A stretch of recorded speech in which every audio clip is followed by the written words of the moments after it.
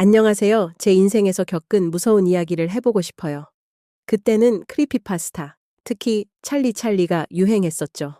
우리도 모두처럼 글을 불러보려고 했어요. 제 동생과 친구와 함께 손을 잡고 촛불을 켜고 3번 찰리 와줘 라고 말했어요. 저는 항상 사람들을 놀래키고 싶어서 연필에 바람을 불었죠. 이 장난이 아무 일도 일으키지 않을 거라 생각했는데 결국 저에게 남은 건 공포뿐이었어요.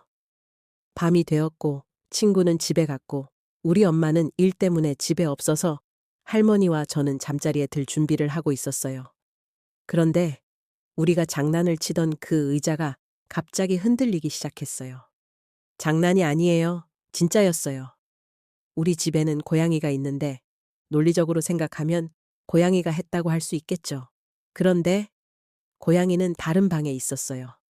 할머니, 동생, 저 모두 침대에 누워서 도대체 무슨 일이 일어나는지 어리둥절했어요.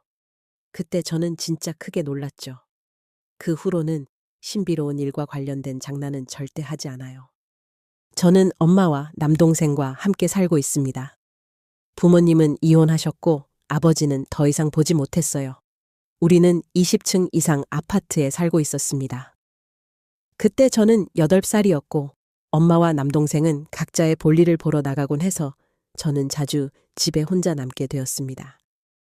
그때쯤 저는 혼자 사는 것에 익숙해졌고 혼자 있다는 것이 무섭지는 않았습니다. 하지만 한 가지 사건이 있었습니다.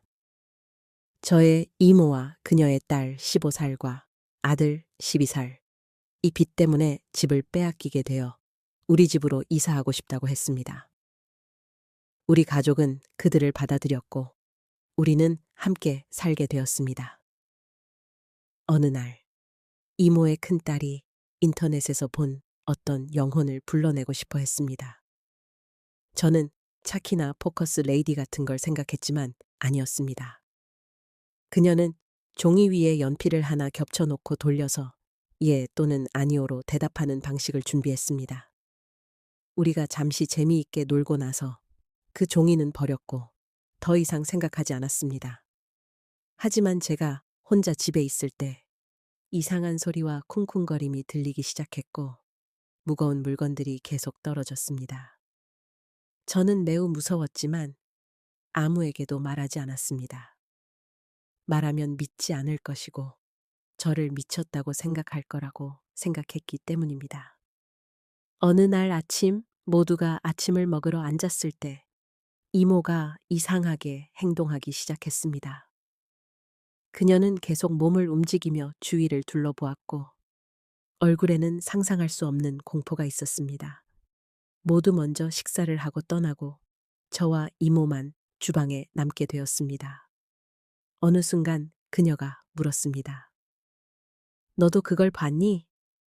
저는 놀라며 생각했습니다. 이제야 내 마음속 이야기를 할 기회다. 제가 모든 일을 이야기하자 그녀는 공포에 질렸고 다음 주에 아이들과 함께 기숙사로 이사 갔습니다. 엄마에게도 모든 이야기를 했고 놀랍게도 엄마도 믿었습니다. 결국 우리는 그 아파트를 팔고 이사했습니다. 제 삶에는 꽤 많은 이상하고 때로는 무서운 사건들이 있었습니다. 그중 하나를 이야기해 보겠습니다. 약 4년 전 제가 16살 때 잠자기 전마다 여러 번 문이 잠겨 있는지 확인하게 만든 사건이 있었습니다.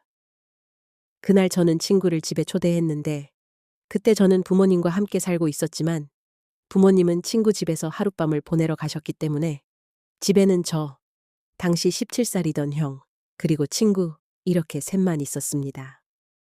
형은 잠깐 우리와 놀다가 아침 일찍 일어나야 해서 먼저 잠자리에 들었습니다.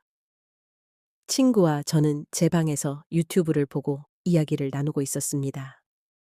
밤 2시쯤 친구가 졸리기 시작했고 그는 곧 잠들었지만 저는 잠이 오지 않아 계속 영상을 보았습니다. 갑자기 집 밖에서 소리가 났지만 저는 신경 쓰지 않았습니다. 왜냐하면 이웃집 고양이들이 밤마다 우리 베란다에 오르곤 했고 베란다가 철판으로 덮여 있어서 금속 소리가 났기 때문입니다. 하지만 5분쯤 지나 제 모니터 앞 창문을 지나가는 희미한 그림자를 보았습니다.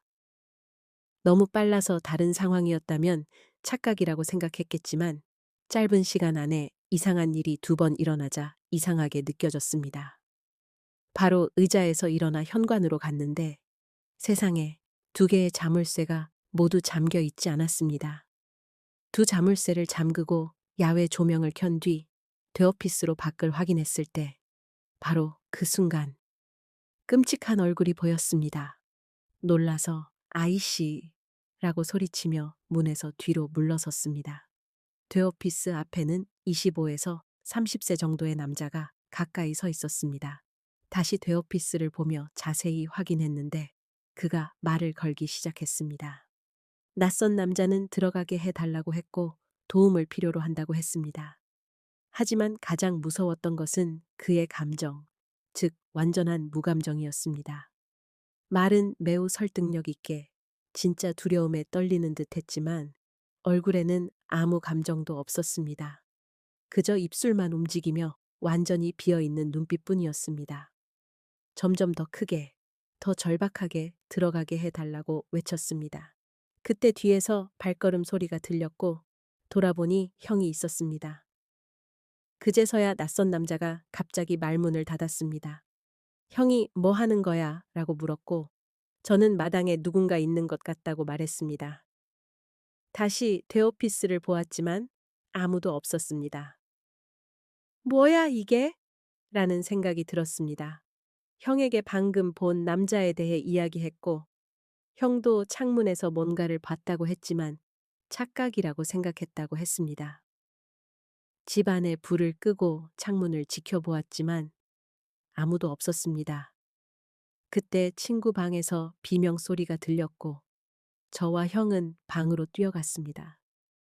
창문 앞에는 그 남자가 서 있었고 무표정한 얼굴이었지만 시선은 포식자처럼 변해 있었습니다.